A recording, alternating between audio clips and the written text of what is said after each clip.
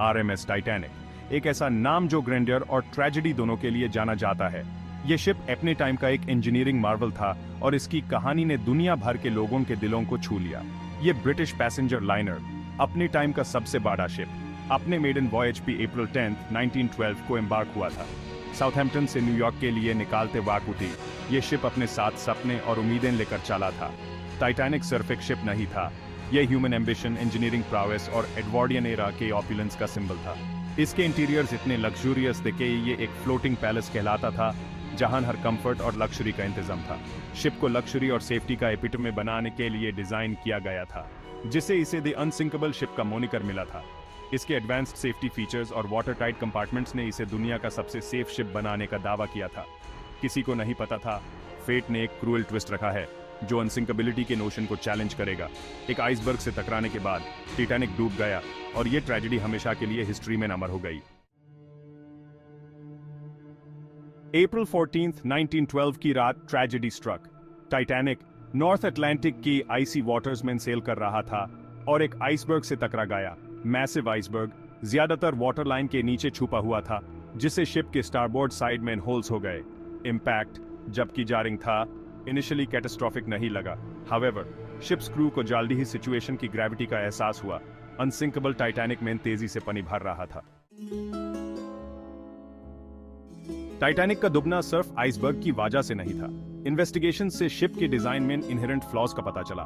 Ship की water tight compartments, जो flooding को कंटेन करने के लिए बेन थे, काफी ऊंचे नहीं थे, जिससे पानी एक कंपार्टमेंट से दूसरे कंपार्टमेंट में स्पिल हो रहा था। फर्दरमोर, पैसेंजर्स और क्रू की संख्या के हिसाब से ऑन बोर्ड लाइफ बोट्स की संख्या बहुत इनएडिक्वेट थी। आईएसएस क्रिटिकल ओवरसाइट के डेवास्टेटिंग कॉन्सिक्वेंसेस हुए।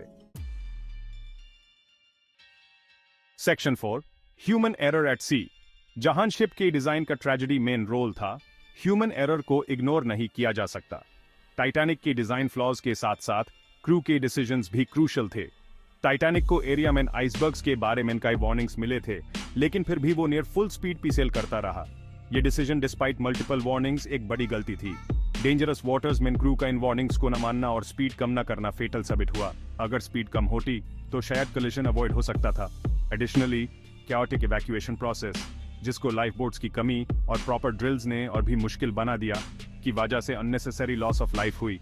लाइफ बोट्स की ट्रेनिंग और ड्रिल्स अगर बेटर होती तो ज्यादा लोग बच सकते थे। Section 5, a legacy of safety. Titanic के दबने से पूरी दुनिया में शॉक वेव्स फैल गए। यह एक ऐसी ट्रेजेडी थी जो हर किसी के दिल और दिमाग में बस गई थी। यह एक स्टार्क रिमाइंडर था कि मोस्ट एडवांस्ड टेक्नोलॉजी भी नेचर के फोर्सेस को कॉन्कर नहीं कर सकती। टाइटैनिक की डूबने ने इंसान की वल्नरेबिलिटी को हाईलाइट किया। आईएसएस ट्रेजेडी के बाद मैरीटाइम रेगुलेशंस में सिग्निफिकेंट चेंजेस हुए। मैरीटाइम इंडस्ट्री ने अपने सेफ्टी प्रोटोकॉल्स को रिवैम्प करने का काम शुरू किया। सेफ्टी स्टैंडर्ड्स को इंप्रूव करने के लिए इंटरनेशनल कन्वेंशंस एस्टैब्लिश किए गए, जिसमें दुनिया भर की एक्सपर्ट्स ने हिस्सा लिया। जिसमें यह मैंडेट भी शामिल था कि सभी पैसेंजर शिप्स पर सभी पैसेंजर्स और क्रू के लिए इनफ लाइफ बोट्स हों। लाइफ बोट ड्रिल्स भी मैंडेटरी कर दिए गए।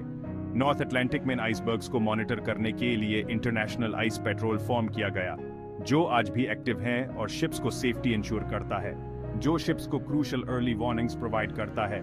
यह अर्ली वार्निंग सिस्टम्स ने काउंटलेस लाइव्स को सेव किया है और मैरीटाइम ट्रैवल को सेफर बनाया है।